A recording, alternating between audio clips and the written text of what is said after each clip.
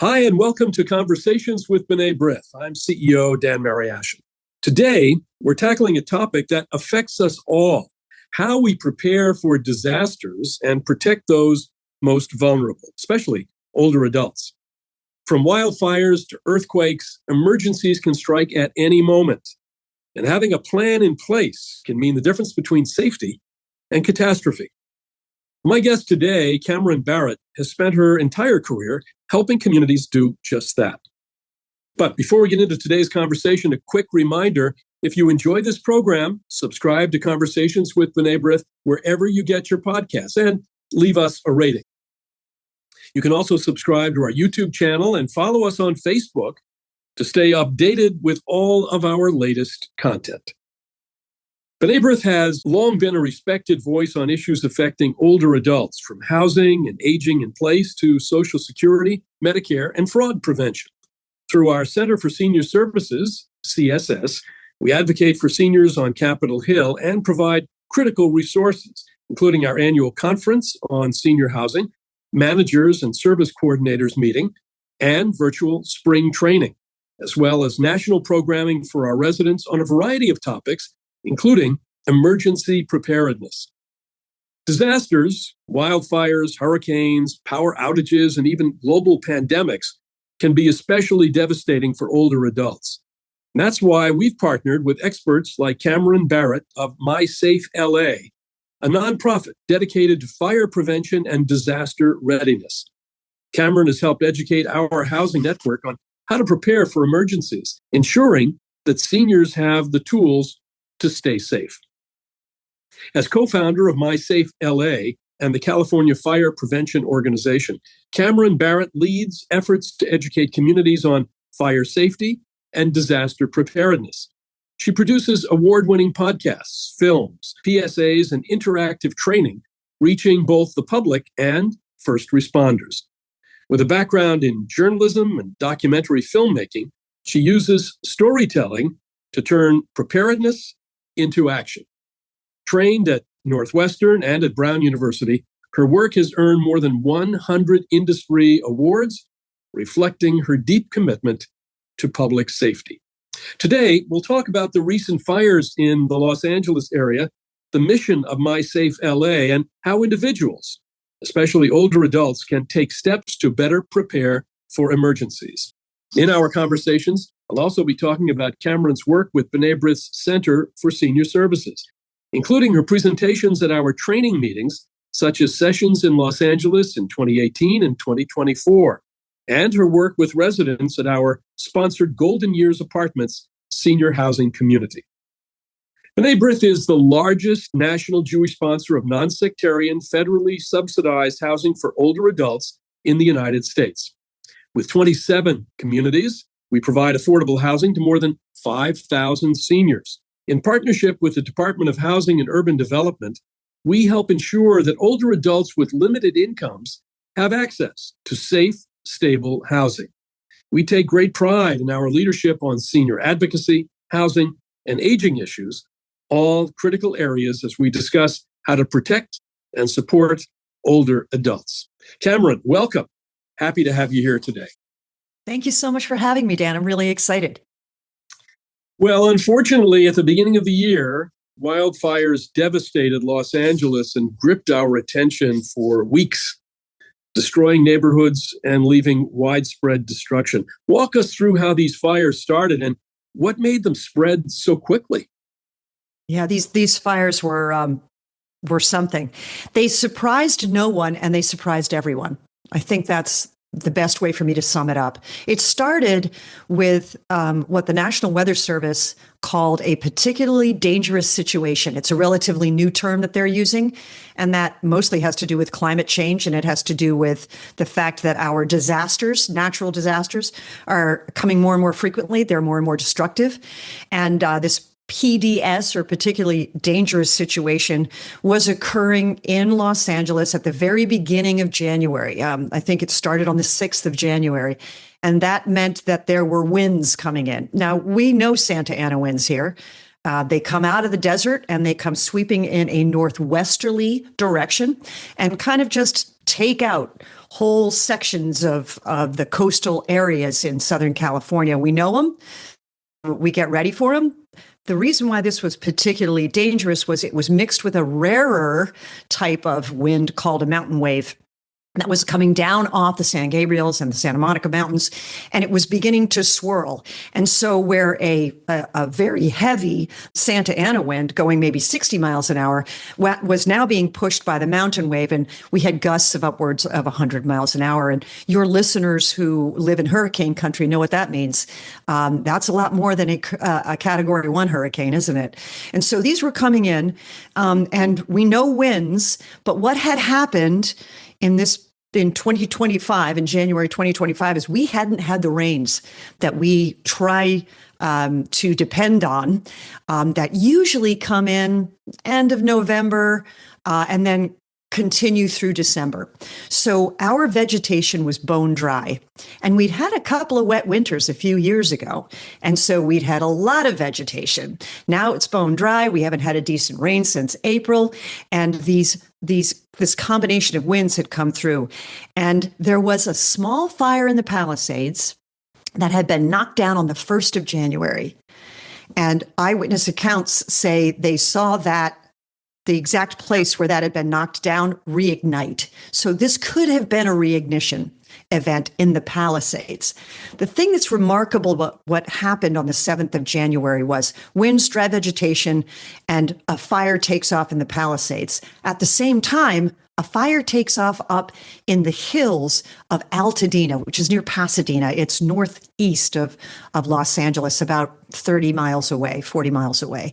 And that kicked up. And that started going like a bomb. At the same time, the Sunset Fire erupted, the Lydia Fire erupted, the Hearst Fire erupted.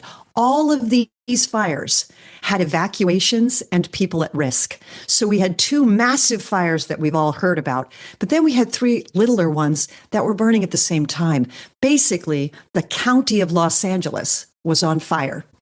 Well, we have relatives who are seniors who live in West LA.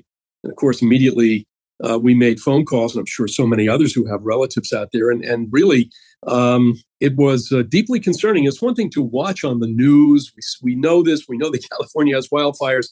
But to see how quickly it spread and all this devastation, of course, and the immediacy of evacuation needs really struck us in a very frontal way. What were some of the biggest challenges that seniors faced during these wildfires? I imagine that communications barriers and mobility issues made evacuations particularly difficult. So how did the challenges differ for seniors, let's say, in single-family homes versus those in multifamily housing or assisted living and nursing facilities? Dan, I think it's probably a good idea to back up and say, no matter what fire is burning, older adults are more at risk, whether that's a single family house fire that's happening or it's a wildfire that's affecting an entire community. Older adults are many, many times more at risk of losing their lives in a wildfire like we had in Southern California. But it's happened in all of the fires that we've had, wildfires that we've had in California. I think everybody can remember the Camp Fire, at least if they're from California in 2019, that took out the town of Paradise. Well, Paradise was a retirement community. So while there weren't housing for the elderly, there were older adults in single family homes in a forest situation. And the vast majority of the who died, and there were nearly 100 people who died in that fire, were older adults. Well, the same is true in our Palisades and Eaton fires, the 2 big fires, the 2 fires with fatalities that happened on January 7th, 8th, and 9th. I have a slide that I can just share very quickly right now. And it shows, this was really quick research that I did, and it shows the ages of the victims of the Palisades and Eaton fires that I could find on a quick search through a few news websites. And I just find it absolutely remarkable. I really do. The people who died in the Palisades and Eaton fires, the huge majority were over 65. And if your viewers can see this, I mean, just look at the ages: 85, 67, 69, 84, 94. Some of the younger people, there were two younger people. Rory Sykes was 32, and Justin Mitchell was in his 40s, I believe. Both had cerebral palsy. So this is something in common. Our two youngest victims were disabled, so they could not evacuate that easily as well. But just when I look at these numbers, I'm always amazed that it's so very clear who is most at risk in a wildfire. It's an older adult, and that's whether they're living in an assisted living facility or a group home, or apartments like B'nai B'rith has, or if they're living in single family homes. Sadly, they're even more at risk in single family homes. How did emergency responders coordinate evacuations for seniors? How does that work? And what improvements do you think could be made for the future, given what we may have learned from this crisis? It's funny. I want to say that the Palisades and Eaton fires were highly unusual in that there was not a lot of coordinated evacuation effort that we've been able to point to that showed success in both fires. And another thing that's frequently confused outside of LA County is the fact that these two fires were fought by the leads were two different agencies. So the Eaton fire was fought by LA County Fire, and the Palisades fire was fought by LA City Fire. Now, firefighters came from all over the country. Pilots came from as far away as Quebec. We had a mutual aid system, so there were firefighters from everywhere. But Palisades, the city was in charge, and Eaton, the county, was in charge. Eaton, more people died, more structures were lost. But we hear a lot about the Palisades and why that happened and who is in charge and who's to blame. So right now, there's a lot of finger pointing going on as far as why didn't the evacuations take place sooner? Why weren't people notified sooner? And I can't speak to that simply because the investigation is underway. This is being looked at very detailed. There is an after action report that's underway right now. It's independent, and everybody is coordinating and helping in that effort. And we'll have answers soon about why notifications were so slow and why evacuations didn't happen the way that people expected them to happen. But there is one thing that I take from this, and that's the fact that we cannot depend on a agency like a fire department, a sheriff's department, a police department to save us in the event of a wildfire. It really is. We have to take responsibility for that. We have to stay on top of our news. We have to be ready to go. We have to have a plan in place so that we can evacuate if this happens, because these two fires, I mean, I know that this doesn't happen very frequently. Two awesome, destructive, fatal fires burning at the same time. There were not enough resources to get people out of their homes and to properly evacuate these two communities. Well, after every disaster, there's an opportunity to reflect, in this case, to investigate on how we can improve preparedness for the next crisis. Based on your experience and your expertise, what lessons can we take from these wildfires to better prepare older adults for future emergencies? What is it that they can do? And from what you're saying, I mean, this list is, it makes your point, where these folks are out there. And I imagine the firefighters and the other emergency organizations have to think about evacuating everybody. And at the same time, also have to worry about people who are disabled and people who are seniors. So what are the immediate lessons before we get the return on the investigation and see what it is that they're saying? What can we do now? Prepare. It's that simple. We need to have a plan. And there's two things in that preparation. We need a plan, and we need a go bag, a kit, something to bring with us, and a list of things that if we've got the time to pack it, we want to pack. And those are things that your heart would break without. Wedding photos, that great piece of art that you've had on the wall for 40 years that your kid made in kindergarten. And of course, most importantly, pets. For older adults. There were, of some of the older adults that we showed that list of, many of them died with their pets, and that's just absolutely heartbreaking. So we need a plan for our people. There's something else I think that I've learned, at least in this particular situation. Early January taught us some extremely hard lessons, and the one that I've learned, because I've been telling older adults to be prepared. And I've been trying to help older adults get prepared for decades now. And the one thing that I've learned is there's a reason why older adults are more at risk. And there's physical ones. We've talked about that. Cognitive issues with a distrust of technology. And that's how people get alerted now. Technology. The most important safety tool you've got is usually in your pocket, and it's your mobile phone. So you need to sign up for those kind of alerts. But older adults, they might have also physical issues like visibility issues that make it hard for them to sign up for apps that get them alerted. It might be hard for them to read when those alerts come down. So they might not trust them. And then there's the physical issues of not perhaps being able to interact with the technology the way they want to. And of course, the physical issues of mobility, which make evacuation even harder, make driving at night perhaps something that they're not very interested in doing. And it is, if you've ever been anywhere near a wildfire, it doesn't have to be night for visibility to be brutal. And that was the case with both of these fires. But the hard lesson that I learned is all of the stuff that I try to have people do to get prepared is there's one thing that helps people the most, at least that I've found in these last two fires. And it's interesting that researchers that have looked into people who live longer, vibrant lives.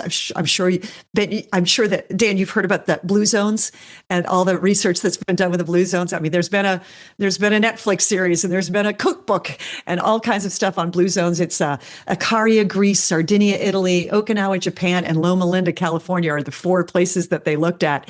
And what these people found out is it's not what you drink, it's not what you eat, it's not how much you exercise. It's community. That's how you live a long life that's vibrant. Well, that's also how you stay safe in a disaster. You need community. Your community could just be your family, those that live in your single family home. That could be your community. Or your community could be your caregiver who calls into you and checks on you. Community can be small, but you need a community to stay safe in 2025. You mentioned families, and families often play a crucial role in supporting seniors. Not everybody has that advantage, but many do. What steps can families take to ensure that their older loved ones are better prepared for such disasters? Help them with that technology. It is so very important that your older adult loved ones in your family have downloaded the apps that alert them in case of a disaster and in case they have to evacuate. Check in on them as regularly as possible if you do not live with them. Help them make a go bag and help them make an emergency kit and help them make a list of things they need to take with them if they need to evacuate. There are more things that older adults need to take with them: meds, prescription eyeglasses, those kinds of things. So we need a list of the things that we need to pack if we need to evacuate. We need a go bag. The go bag is the grab and go bag. That's a warm jacket and comfortable shoes and a flashlight and your phone charger and you're out the door kind of thing. There's no thinking, it's a grab bag. And then there's the emergency kit that we always talk about as far as earthquakes and sheltering in place is concerned. So your go bag is your go, and your emergency kit is, I'm going to stay here. I'm going to shelter in place, but I need these things in my emergency kit. It's water, it's food, it's pet food, it's that kind of thing. So help them make an emergency kit, a go bag. Make sure that they have the technology downloaded onto their phone or their tablet or whatever they like to use that comes with them. Make sure they have the kind of accessories that they might not think they want. An extra charger. What about those booster batteries you can charge in? You can just carry that extra battery pack with you and keep your phone charged. Put that in your emergency kit and then check on them. Make sure that they have a plan. Do they have two ways out of their neighborhood? Do they know how to drive those? in the dark, in the smoke, in the fire? Have they practiced getting out of their bedroom and out of their home in two different ways at all times of day and night? These are the things that you want to do. So help them practice and make a plan and practice it. That go bag and emergency kit, and check on them and make sure their technology is ready to go. Well, emergencies aren't just physically exhausting. They can take a big emotional toll as well. What are some of the ways that older adults and their families can mentally prepare for a crisis? And if you would, comment also on the trauma aspects and how that affects not only during the fire and evacuating, but also in the post-fire period. Which is what we're in now. We're in our recovery period now, and people are very at risk during that time as well. Let me back up. I'm gonna stick with the physical. I am not a mental health professional in any way, but on our podcast, Rebuild LA, that MySafe LA produces, we have interviewed some mental health professionals, and so I can just kind of parrot some of the things that they taught me in that particular episode. But physically, you want to make sure that when you return to a wildfire site, that you are prepared to protect yourself, because that wildfire site is a hazmat site. This is not a healthy place to spend a lot of time. So you want a mask that you wear. You also want a mask when you evacuate from a wildfire. The air quality is atrocious, as everybody might imagine. There are two different kinds of embers in a wildfire. The organic material is usually larger embers. Those are the ones that set fire to structures. But what's inside our home, a lot of petrochemicals, a lot of plastics there, they create very fine embers, micro size embers, and they are very easily breathed in, and they are incredibly toxic. So having an N95 mask when you evacuate and when you return to your site is very important. And wear booties and put on gloves and wear eye protection and have sturdy shoes. Many people who return to a burn site end up with a nail through the bottom of their shoe. I see so many people that return, especially here in California where the weather's always warm, walking around a burn site in flip-flops, and there's just nothing less safe to do after that. So taking care of yourself physically right after, if you're returning into the burn scar, you have to make sure you do that right. As far as mental health is concerned, this is trauma. Trauma manifests in as many different ways as there are people. There's a saying in the disaster world: if you've seen one disaster, you've seen one disaster. And if you've seen one person react to a disaster, you've seen one person react to a disaster. But there are general things that you can look for as far as reactions to trauma that you can help your loved ones with. If you see any changes in personality or regular habits, sleeping too much, not sleeping enough, not being able to go and do the things that they usually love to do, meeting their friends for lunch, going to work if they're still working, any kind of change, you want to alert them that you see that there's a change, and you want to seek help, because we're at the point now, 2 months out from the fires, where we've taken care of the hierarchy of needs. We've taken care of the food. We've taken care of the shelter, right? Now it's the stuff that that's starting to settle in, and it's starting to affect us. Now is when we start realizing, I've been through something and I need some help to sort it all out. Yeah, I can just imagine the sense of loss. In the beginning, you're just trying to save yourself.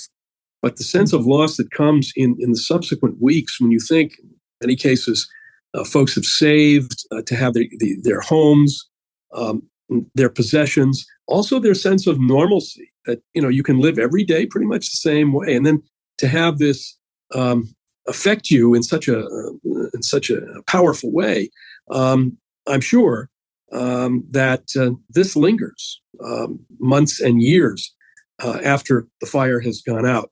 But I want to shift now to your work with MySafe LA. Your organization plays a vital role in raising awareness about emergency preparedness. And given the immense size and diversity of Los Angeles County, how does your team engage with the public, and what kind of training do you provide? And in light of these fires, are you getting phone calls, and are people reaching out to you in a way that perhaps they might not have before the fires began? Yeah, we're busy.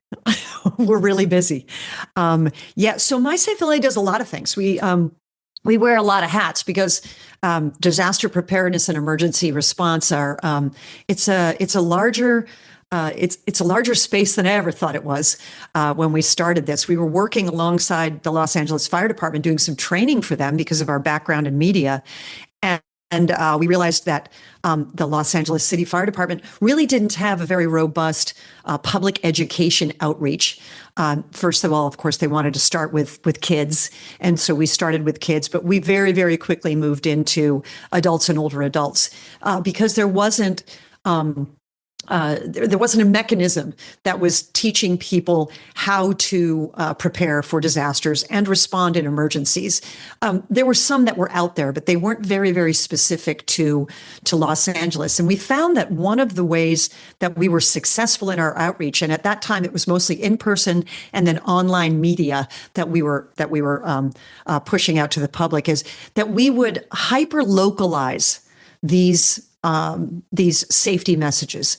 That's when they really hit home for all residents. So when you read about making a kit from the American Red Cross or the National Fire Protection Association or ready.gov, all of these are tremendous resources that we use, but we take those basic safety messages and we hyper localize them. So we're not going to tell a kid to not forget his snow boots when he evacuates.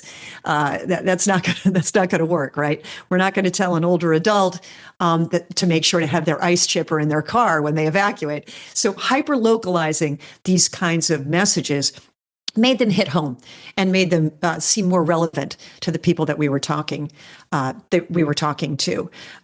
When we decided to try and reach as many residents as we possibly could, we realized that in Los Angeles, there's only about 100 plus languages that are spoken any given day in this extraordinary place. And it's a huge city. It's 400 plus square miles. The county is enormous. Millions and millions of people live here, and there is great diversity. So we found that what we needed to do was keep most of our messages very visual and try not to create wordy pamphlets that need to be translated into 100 different languages. So we kept things extremely visual, and we stuck with the media, which is now, of course, video, moving pictures, whatever you want to call it. That's the literacy of our time. So we try and keep things extremely visual, and our journalism and media backgrounds and film backgrounds really helped with that. So we hit the ground running, and it's been super, super busy since. In the last 5 years, we've really started concentrating on wildfire, and that's because we've had a lot of wildfires in California, a lot of extremely destructive and deadly wildfires in California. The worst, most deadly, most destructive wildfires in this state, something like 90% of them have happened in like the last 5 years. So we realized that wildfire is our number one disaster that we needed to talk to our residents about. And so we partnered with the California Fire Safe Council and CAL FIRE, and we started creating fire safe councils with homeowners associations all over LA County and even Riverside County, which is, for those of your listeners who aren't in California, is to the southeast of Los Angeles. And we started creating fire safe councils. And fire safe councils are usually great for groups of homes. Usually a homeowners association or a neighborhood council is a good place to start. And they have to jump through a lot of hoops. There's a lot of paperwork. They have to create a nonprofit. We walk them through all of that and help them become a certified fire safe council. We also help other groups become an NFPA FireWise site. And if homeowners have the impetus to do this and work with us to become fire safe or FireWise sites, they can have all kinds of benefits, including breaks on fire insurance, wildfire insurance, which is a huge plus for homeowners here in California, because insurance is it's tough right now. And boy, have we learned hard lessons regarding being underinsured in the Palisades and Eaton fires. So helping groups of neighbors come together, create this community is a way, yet another way to help people be prepared for wildfire and to survive a disaster like wildfire. We talked about community. It's about community. Well, I can see how you're seen as someone with a plan. And in a time of crisis and chaos, going to that organization that has a plan can be very reassuring at the very least. And beyond that, of course, it helped in saving lives. Now, I know that you've spoken at B'nai B'rith training meetings and worked directly with our residents at our Golden Years apartments in North Hollywood. Can you share more about the training sessions that you've conducted for the B'nai B'rith Senior Housing Network, and what key messages do you emphasize in those sessions? Well, of course, we talk about wildfire, and we all know the key messages there. But we also talk about house fires, and we talk about why house fires happen.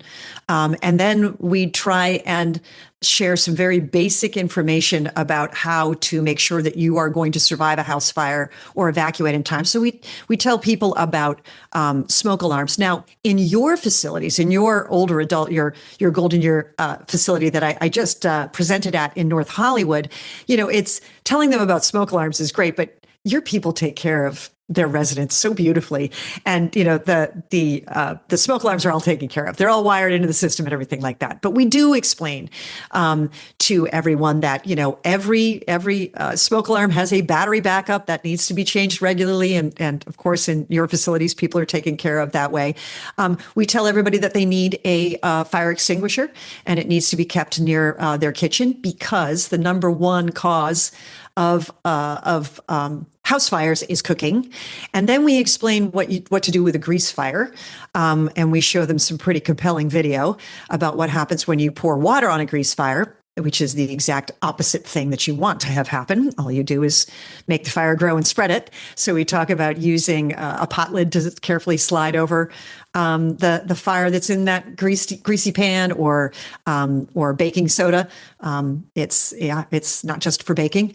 So we explain some very, very granular things that people can do to make sure that they're safe in the kitchen and don't start a fire in the kitchen, including setting reminders for yourself every night to check and make sure your burners aren't on, or your oven is not on at night. Make it part of your nightly routine. If you have medication that makes you sleepy, perhaps that night it's best to maybe just have cereal and not cook something for dinner. So there's all kinds of very granular tips. What about space heaters, for example? I mean, that may not be an issue in a warm weather area, but we've got space heaters here on the East Coast. What do you tell folks? Well, the interesting thing is, you're right. Space heaters are relatively uncommon out here, although we have gone to not just fires, but fatal fires. We've responded to where people have brought in their grills to use as a heating source. So when folks do not have the resources to afford heating, they revert to measures that are unsafe. And so we do talk to everyone about space heaters, it's all the safety messages that are on the side of your space heater. Never have it in a room on when you're not in that room. Always keep it away from things like drapes and blankets and any kind of material that can burn. Keep it, at least 6 feet away from that. So it's very typical safety messages for space heaters. Now, given that MySafe LA is based in Los Angeles, we've talked about fires, but earthquake preparedness must be a major focus of your work as well. And take us through the key steps that people should take to prepare for an earthquake. Is it different than a fire? Additionally, what should they do during and after an earthquake to stay safe? So earthquake is a big part of our older adult presentation. And it's a hard sell right now, I'm telling you. We all go out and we get our earthquake kit after the earthquake. That's just human nature, isn't it?